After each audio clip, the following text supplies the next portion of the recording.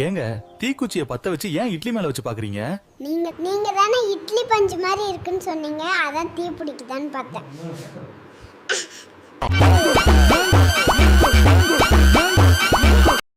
உங்களுக்கு ஏங்க வரலாறு பிடிக்காது? ஏன்னா நான் விஜய் ரசிகங்க.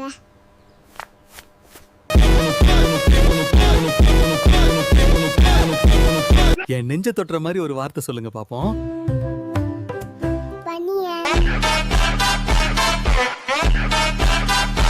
திருவள்ளுவர் ஒரு மிமிக்ரி ஆர்டிஸ்ட்னு எப்படி சொல்றீங்க? 1330 குரலுக்கு சொந்தக்காரர் அவங்க தானங்க. டானிக் சாப்பிடும்போது ரூம் கதவை மூடிக்கிட்டு ஏங்க சாப்பிட்றீங்க? ஏன்னா டாக்டர் தான் அரை மூடி சாப்பிட சொன்னாருங்க.